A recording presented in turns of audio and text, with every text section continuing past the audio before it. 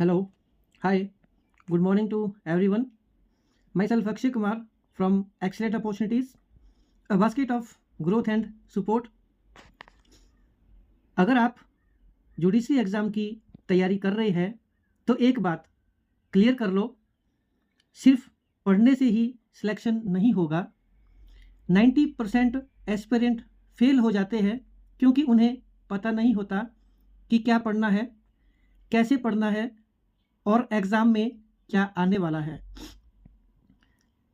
और सबसे बड़ा चेंज जो है, बदलाव जो है, वो Bharatiya Nyaya Sanhita BNS has replaced Indian penal code IPC. मतलब पूरा पैटर्न चेंज हो चुका है। तो अगर आप सीरियसली जुडिशरी क्रैक करना चाहते हैं तो ये वीडियो आपकी प्रिपरेशन कंप्लीटली ट्रांसफॉर्म कर देगा। आज के टाइम में जुडिशरी प्रिपरेशन एक एकेडमिक जर्नी नहीं है, बल्कि एक मेंटल ट्रांसफॉर्मेशन प्रोसेस बन चुकी है। बहुत लोग सोचते हैं कि ज़्यादा पढ़ने से सिलेक्शन हो जाएगा, लेकिन रियलिटी कुछ और है। सिलेक्शन उनका होता है जो सही तरीके से पढ़ते हैं। आज कंपटीशन इतना इंटेंस हो चुका है कि हर एस्पिरेंट के पास बुक्स, नोट्स, कोचिंग मटेरियल सब कुछ अवेलेबल है, फिर भी सिलेक्शन रेशो एक्सट्रीमली लो है। इसका मतलब क्लियर है, प्रॉब्लम रिसोर्सेज की नहीं, स्ट्रेटजी और अप्रोच की है। स्पेशली जब से भारतीय न्याय संहिता बीएनएस ने इंडियन पिनल कोड को रिप्लेस किया है, जुडिशरी प्रिपरेशन का पूरा फ्रेमवर्क इवॉल्व हो गया है। अब एग्जामिनर का फोकस सिर्फ थ्योरेटिकल नॉलेज पर नहीं है, बल्कि वो ये देखना चाहता है कि आप लॉ को रियल लाइफ फैक्ट पर अप्लाई कर पा रहे हो या नहीं, आपकी लीगल रीजनिंग कितनी स्ट्रांग है और आपका थॉट प्रोसेस कितना स्ट्रक्चर्ड है। जुडिशरी एग्ज़ाम फंडामेंटली एक ऐसा एग्ज़ाम है जो जज बनने के लिए प्रिपेयर करता है, और जज का काम सिर्फ लॉ याद रखना नहीं होता। जज का काम होता है फैक्ट को समझना, उन्हें लॉ के फ्रेमवर्क में फिट करना और एक लॉजिकल रीजन कंक्लूजन देना।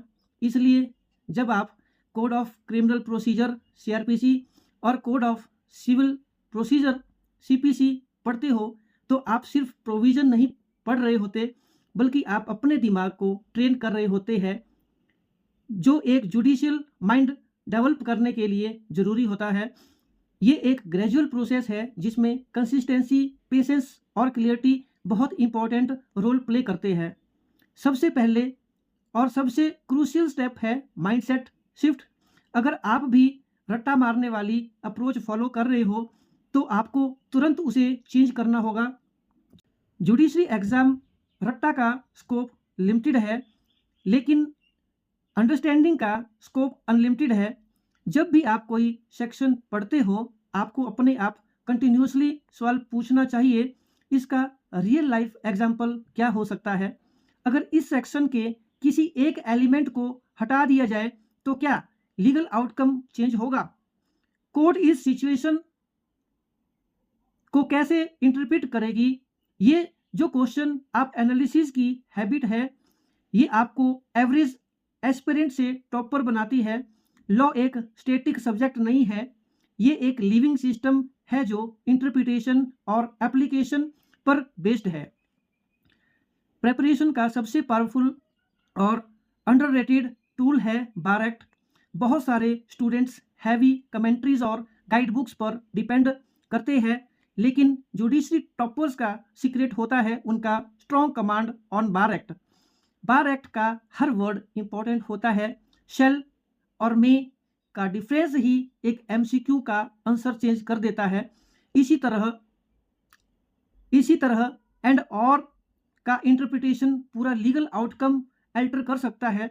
आपको बार एक्ट को इतनी बार रिवीजन करना है कि वो अपनी थिंकिंग का नेचुरल पार्ट बन जाए।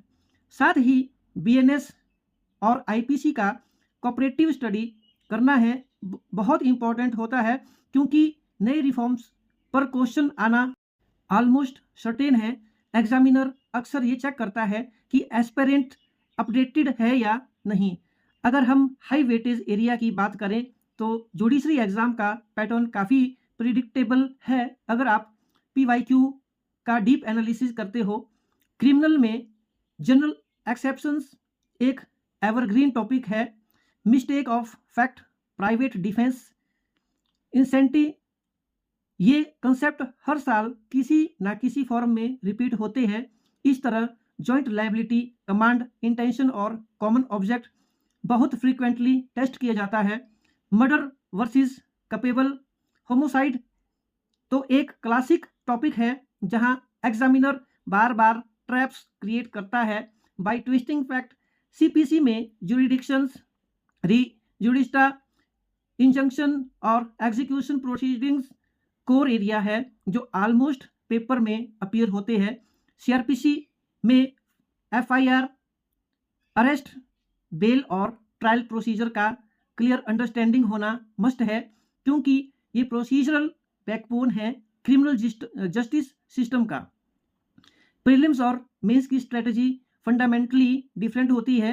प्रीलिम्स एक ऑब्जेक्टिव एग्जाम है जहां आपकी स्पीड और एक्यूरेसी टेस्ट होती है।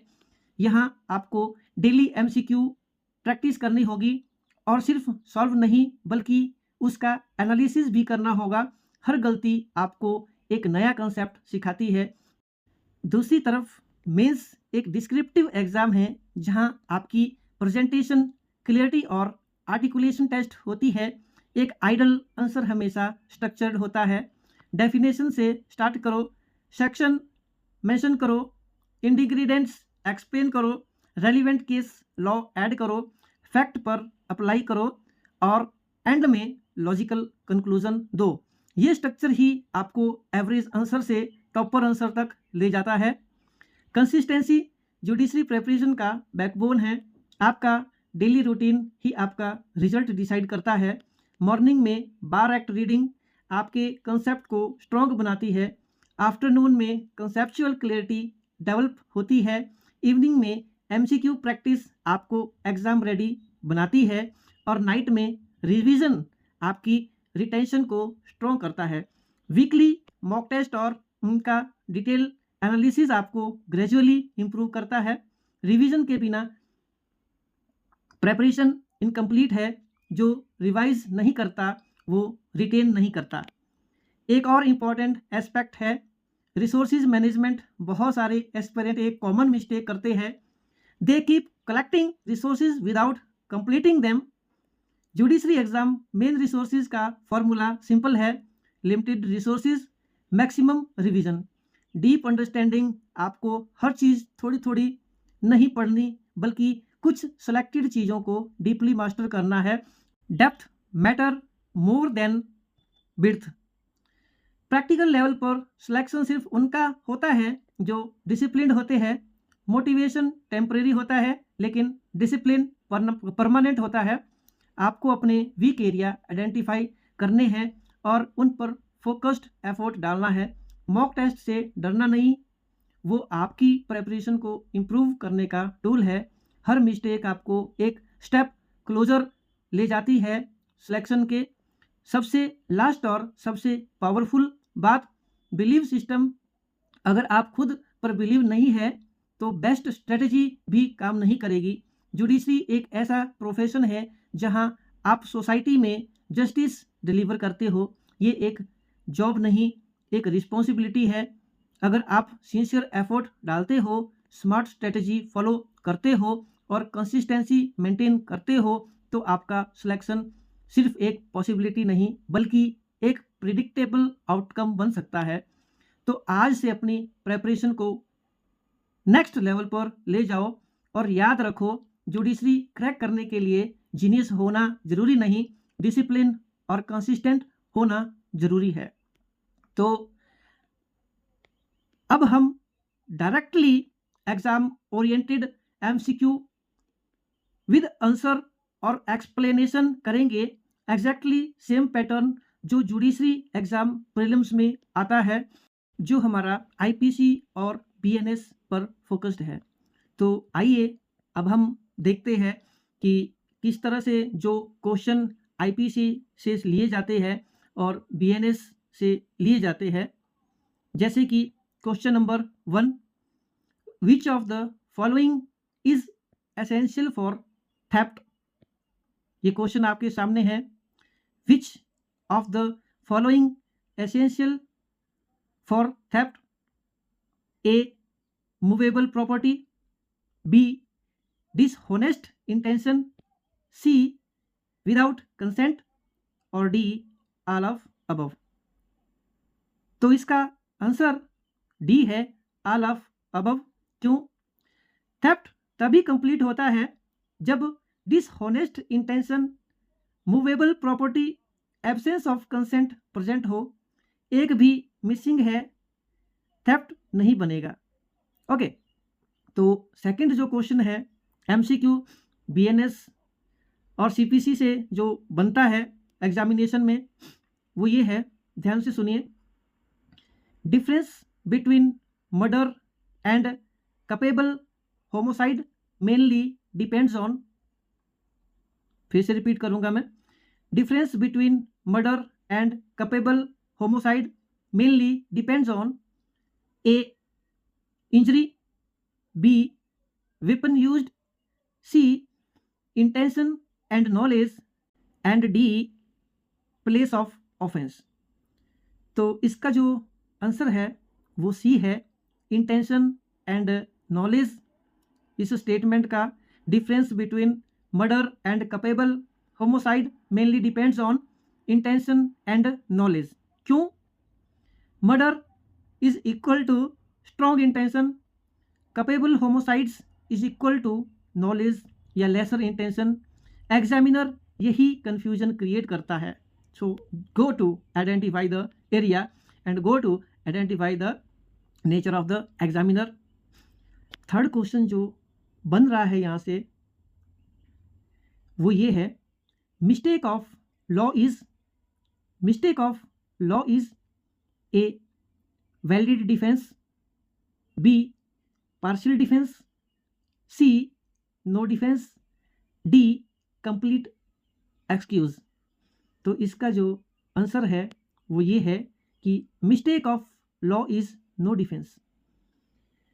Explanation, ignorance of law is no excuse but mistake of fact defence मिल सकता है। नेक्स्ट जो क्वेश्चन है वो ये है, ये सीआरपीसी से इस एमसीक्यू को लिया गया है। CrPC, FIR is related to, question यही है, FIR is related to A, civil case, B, cognizable offense, C, non-cognizable offense, D, administrative action. FIR is related to cognizable offense. Why?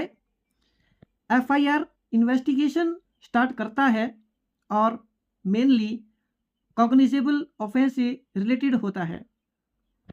CrPC का next question, in bailable offence bail is, in bailable offence bail is A, discretion of court, B, right of accused, C, not allowed, D, only by high court.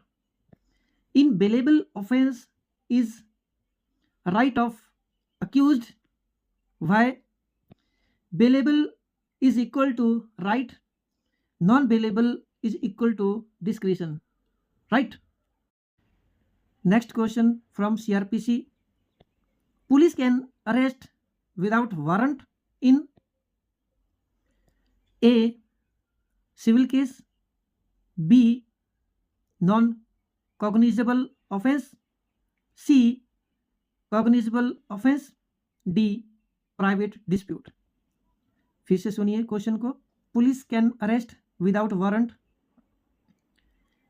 That is proper answer cognizable offence, because serious offence में police को power होती है arrest करने की, इसीलिए police can arrest without warrant in cognizable offence.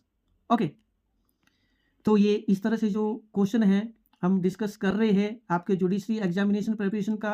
हमसे connect होने के लिए जो है अभी और अभी जस्ट आप अभी से इस चैनल को सब्सक्राइब कर लीजिए। और आप लोग चाहते हैं कि आपका सेशन लिया जाए, आपकी प्रिपरेशन किया जाए, आपको मेंटरशिप जो है प्रोग्राम्स जो है दिया जाए जुडिशरी एग्ज़ाम के लिए, तो आप वेबसाइट में विजिट करिए excellentopportunities.in, गूगल पर जाइए और a basket of growth and support का पेज ओपन होगा। वहाँ पर जल्दी से जो है क्वेरी फॉर्म को फिल कर लीजिए और आपका जो सेशन जो है, आपकी प्रिपरेशन जो है, आप पर्सनल मेंटोर्स जो है वो आप शिप जो है वो ले सकते हैं। If you are really serious और सब्सक्राइब चैनल को करते हो तो आपको अपडेट्स जो है यहाँ पर मिलता रहेगा। Okay, thank you. जय हिंद, जय भारत। और हमारी वीडियो के साथ बने रहें, आगे आने वाले समय में भी वीडियो हमारा मिलता रहेगा।